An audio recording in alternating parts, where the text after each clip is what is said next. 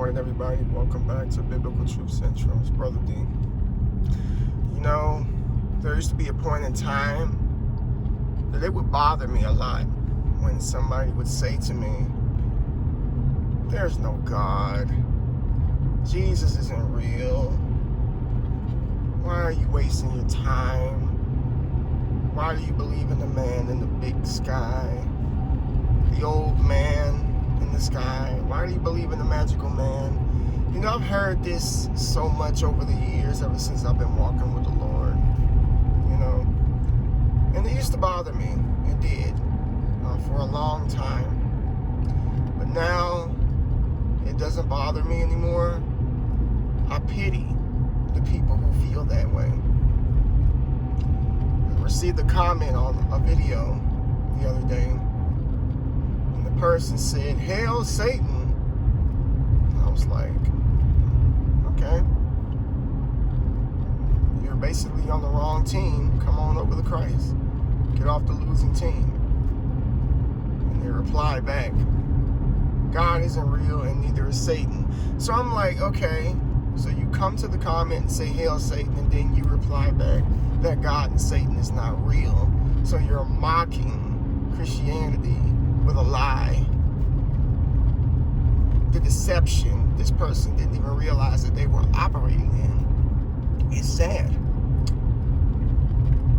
Psalms 53 verse 1 says, "The fool had said in his heart that there is no God." Now, in a general sense, a lot of people look at a fool as being somebody that is dumb.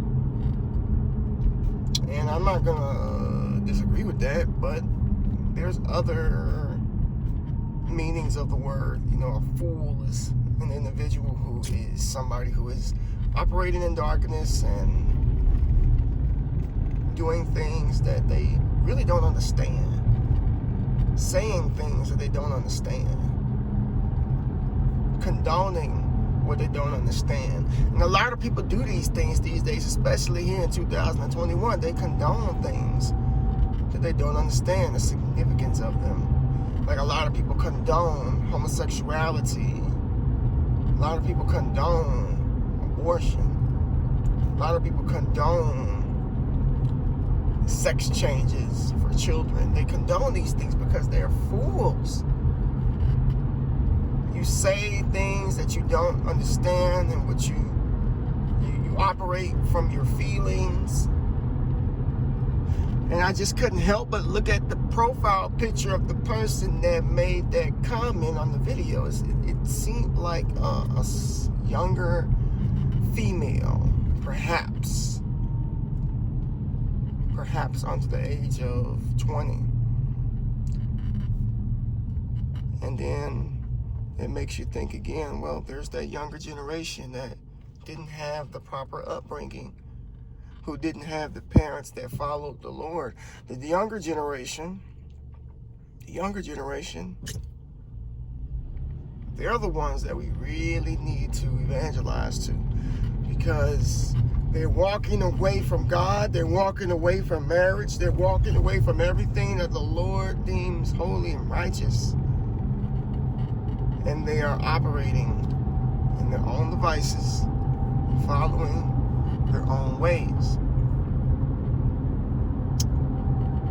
For somebody to say that God doesn't exist,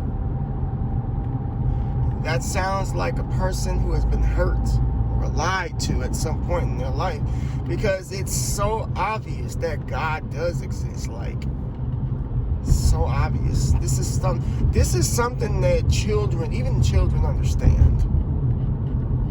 All children know that God exists. All children. Before I even told my kids about Jesus, they knew that there was more to this life than meets the eye, and that there had to be an intelligent designer.